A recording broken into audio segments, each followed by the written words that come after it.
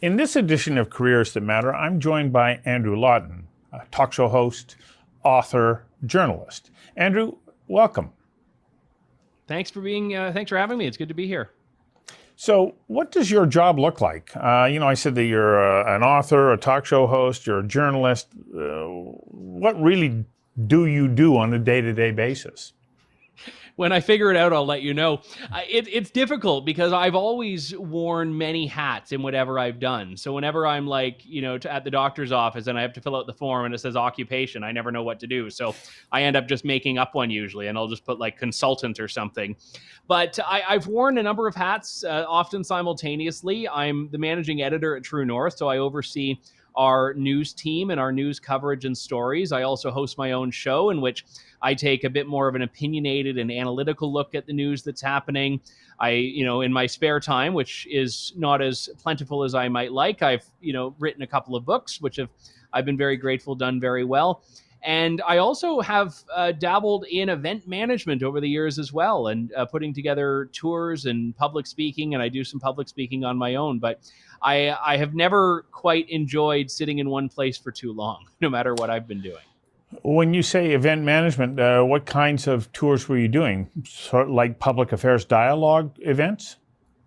A lot of public speeches, lecture tours. I even did a stand-up comedy tour at one point with Dennis Miller and Mark Stein, two rather outspoken gentlemen who work in the United States. And I also, when I did a little bit, when was this? A couple of years ago, 3 years ago, I was doing a little bit of consulting with GB News, which at the time was a new TV station in the UK. And I was just offering a bit of perspective there as someone that's worked in media, which I was grateful, even not being a Brit, they found value in. But like I said, I've always enjoyed, I don't know if it's the millennial in me where I'm still just groomed to that like gig economy mindset, or if it's just that I don't want to get bored. But I always try to find different things to do and not get into too much of a routine. So as managing editor of True North, what's your biggest challenge on a day-to-day basis, and how do you go about trying to solve it? So we're as an organization growing, and it's fantastic that, we're in a place where we can hire new people.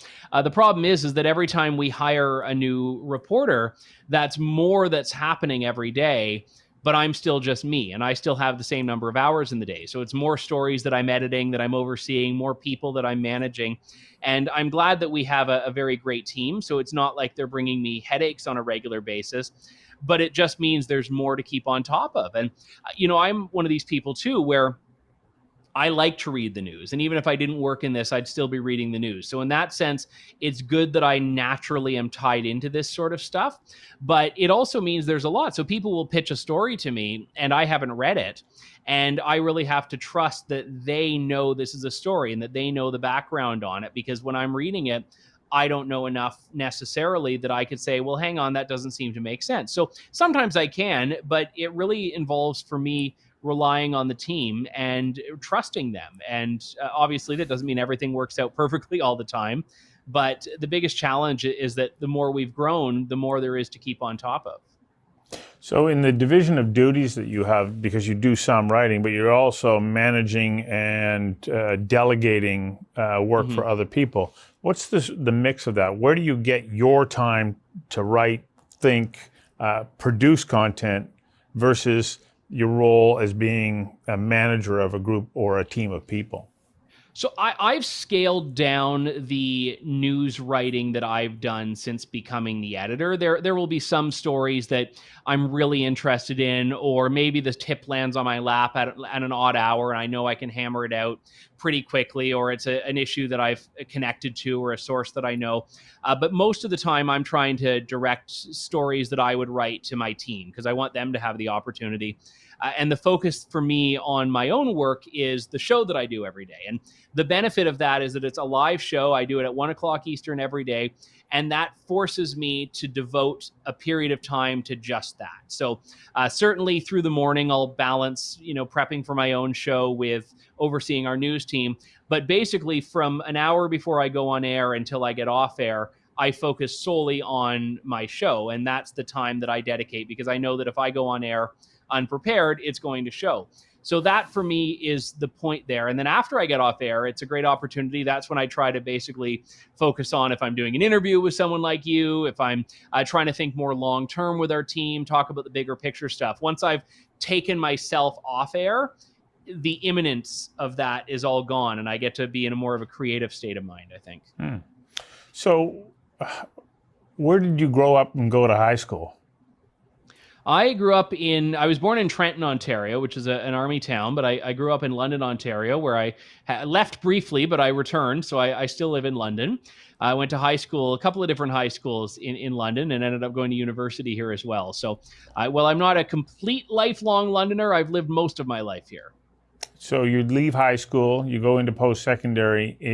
What was your focus then? What did you envision you were going to be when you left high school? Well, those are two different questions. Okay. I didn't actually have much of a focus. I shouldn't say that. I had things that I thought of that I enjoyed. I knew I liked politics. I ended up taking, unsurprisingly to most who knew me, political science. And at the time, I actually was going through some health issues as well. I was dealing with it was becoming a rather serious mental health bout, which culminated in a suicide attempt, not to get things too dark, in a couple of years in. So I ended up actually taking myself out of university for a time before going back years later. And that actually forced me to reset my life in a lot of ways, because I was coming out of this incredibly traumatic and disruptive experience. And it was actually through that I started blogging and writing and finding that this media thing might be of interest to me. And at the time, I had no idea that it would take the path that it has. That was something that happened quite organically. The cathartic benefit of writing. It's remarkable, isn't it? Yeah. So. Yeah, and it was interesting Wow. to me because I started podcasting just as a hobby. There was no money in it. I think we were losing money, actually, because we had to pay for the hosting on our website and we weren't making anything. But it was just at the point where there was this growing demand. Podcasts were becoming a thing, but no one was producing them. So I ended up having quite a large audience relative to the time just by virtue of that. And we were bringing in big name guests. And it was that podcast that put me on the map and led to my first job in radio. So you actually wound up working for an over-the-air radio station as a result. Yeah, it was 980 CFPL. Well, I did some part-time work at a local, very small Christian radio station in London, just, an episode a week, Faith FM. And then I got a job on a regular terrestrial radio station called 980, not the Vancouver 980, but the London 980. And that was, again, I was 23 at the time. I had no formal training in media. I had opinions and I had a sense of energy and enthusiasm, and ultimately just really dug myself into that world. And from there, I was able to get opportunities guest hosting in Calgary and guest hosting in Toronto and filling in nationally and really building up more of a national profile over time. Wow. So where'd you go from having that career at 980 to between there and now? So anyone who's worked in radio knows that getting fired just happens quite easily. It's, basically, you've not had a career in radio unless you've been fired at least once. And for me, it's once and only once. I was laid off due to a restructuring in 2018. And I had basically from the first day, or it might have been the second day, my longtime friend Candace Malcolm, who had founded True North, which was very much in its infancy, called me up and said, hey, would you like to come work for me? And I said, well, I yes and no. I'd like to know. I'm kind of thinking of something else at the time, and I'll let you know. That something else was running for office. There was a provincial election coming up in Ontario.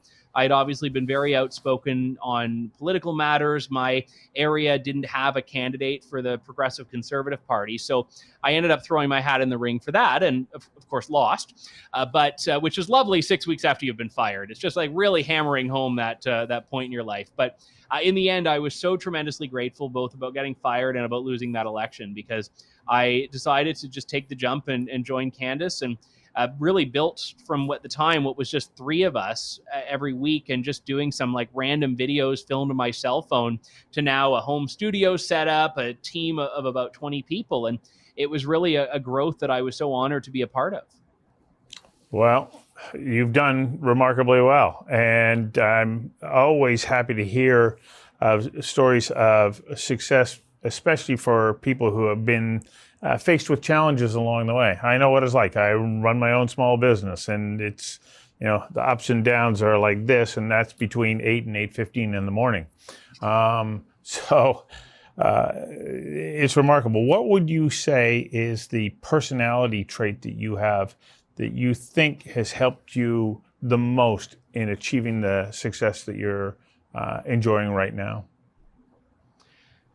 I think persistence is one, because I've always been wanting to make opportunities when there aren't there. And that doesn't mean I've always been good at it, but I've always wanted to look, and I've always wanted to think of what's next. And I've never been one of these people that has the attitude that life just happens. Now, there are certainly times where opportunities that I had no idea about just appear, and I didn't know, and I couldn't have planned for them. But I always try to think of options. It's like you and I were talking about earlier about how I like to have different things going on.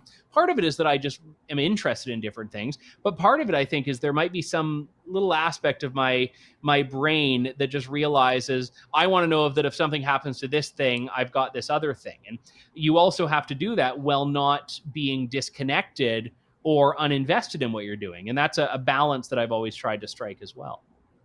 Well, you've done very well, and you serve as an inspiration to others who probably are going, I want to be like I want to be like Andrew Lawton. Thank you very much. I don't recommend it generally, but if I can provide any inspiration, I'm happy to. Right. Well, thank you for giving us a glimpse into your world.